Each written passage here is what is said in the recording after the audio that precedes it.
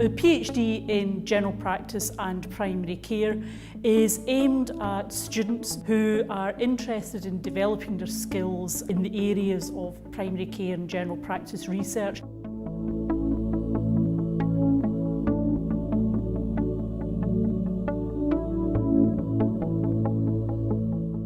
Glasgow has a really great reputation for public health research, and I'd heard brilliant things about Glasgow as a city. I hadn't never lived here before, but I had a feeling it would be a fantastic place to live, which it has proved to be. And when I came to visit for the interview here, it was just everyone in the department was incredibly friendly and welcoming, and that really made me want to come. My PhD is aimed at understanding how people with stroke might be burdened by their treatments. And this is important because managing a long-term condition such as stroke can actually be quite a lot of work for patients. I have a mixed background in nursing and information technology, so I really kind of wanted to combine those two things in my PhD studies. And my PhD is looking at the reasons that people choose to participate in digital health interventions or not. So it's kind of in the health informatics field. I have a sociologist, a healthcare services expert and a public health expert on my supervisory team. So in terms of the support, Glasgow is ideal. Currently within our own students we have clinicians, so we have general practitioners, we have had pharmacists and nurses in the past doing the PhD here. We also have a range of non-clinical researchers, so people who are interested in social sciences and social policy as applied to primary care, who have got an epidemiology or a statistics background. I had a background in medicine, and then I studied the Masters of Primary Care here in University of Glasgow. Then I decided to extend it and do my PhD here. My research project is on a diabetes management model back home in Indonesia.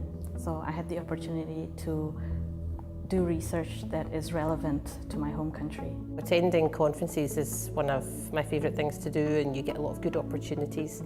I have been fortunate enough to visit Seattle. I went to a conference there, and last year I went to New York, so that was a great one. Well, I went to Sao Paulo. It was the 15th World Congress on Health and Biomedical Informatics, and the PhD research competition was sponsored by IBM Research. They selected the top 8 students in the world, and I was just honoured to be selected as a finalist.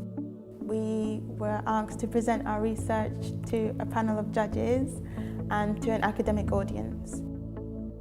To take home the top prize was just, it was just unbelievable.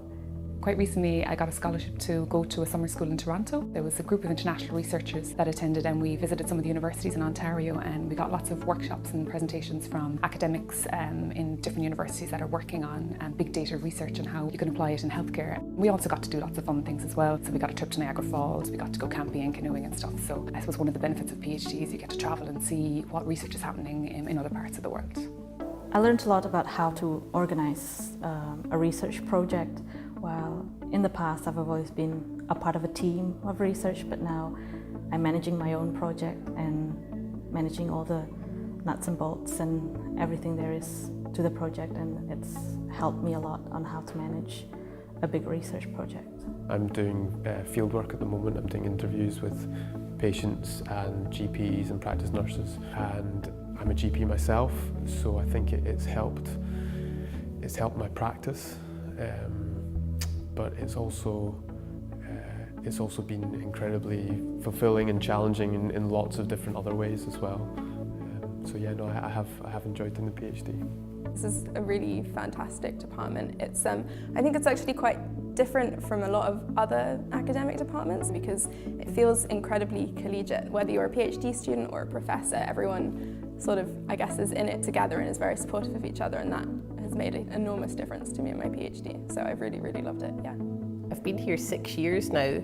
I've made a lot of good friends, and in that time I've had 2 children, and I felt very supported with regards taking maternity leaves and working part-time. There's also a lot of scope for working flexibly, so it is a very sort of family-friendly department. The city of Glasgow is a very vibrant place, a vibrant city with diverse people from around the globe, but it's also close to national parks, in which you can go there by train in a few minutes or hours, and it's a good break from the city when you wanted to take a breakaway. After I graduate from this program, I will return back home to Indonesia as a primary care physician, and also I'll be working in academia as well. And of course, the skills and that I've gained throughout this PhD will be helpful for me throughout my career in academia. Any PhD is quite self-driven, so you need to be quite motivated and enthusiastic about your project, but there is lots of support there from other researchers that you work with. We have quite a large multidisciplinary team, so it's people from clinical backgrounds, from social science backgrounds, and from kind of technology backgrounds working there. And also the senior academics are really friendly and approachable, so they're also there if you need help and support. Everybody here really genuinely wants you to do well, and they're very supportive, and honestly I wouldn't be, I think, anywhere else.